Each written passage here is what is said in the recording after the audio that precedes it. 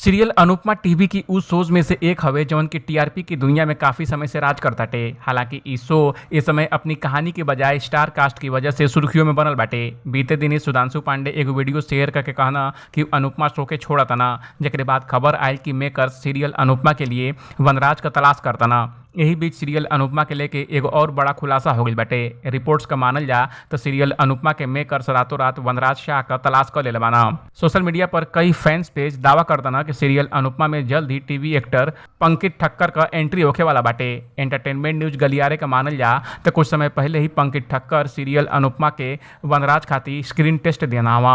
अब maker serial Anupama खातिर पंकज ठक्कर के फाइनल भी कर ले बाना। सोशल मीडिया पर सीरियल अनुपमा के सेट का एगो तस्वीर वायरल होता जिसमें पंकज ठक्कर वनराज की लुक में नजर आवतना। अब वनराज के रोल में पंकज ठक्कर का लुक लोग के पसंद नहीं आवत। एक जन लिखना ई लल्लू लाल कौन से एंगल से वनराज सा लागतना, राजन शाही के दिमाग खराब हो गए बैठे, यही खातिर तो कोनो जोकर के उठा ले बना।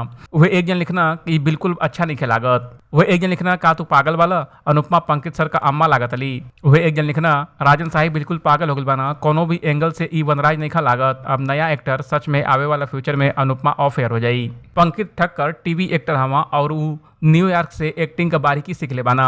एकता कपूर के शो कभी सौतन कभी सहेली से अभिनय को शुरुआत के लिए रहना और ई सीरियल डीडी मेट्रो पर प्रसारित होता रहे। एक बाद वो स्टार प्लस, डीडी नेशनल और टीवी एशिया पर भी टेलीकास्ट भइल रहल। एकरे अलावा वो दिल मिल गए में डॉक्टर अतुल जोशी का भी रोल निभौले रहना। वो एक्टर प्राची ठक्कर के संगे सन 2000 में शादी कईना, मगर सन 2015 में उनका तलाक हो गई। एकरे अलावा वो वेब सीरीज फियर फाइल्स, डर हर मोड़ पर और स्कैम 1992 में भी काम कैले बाना।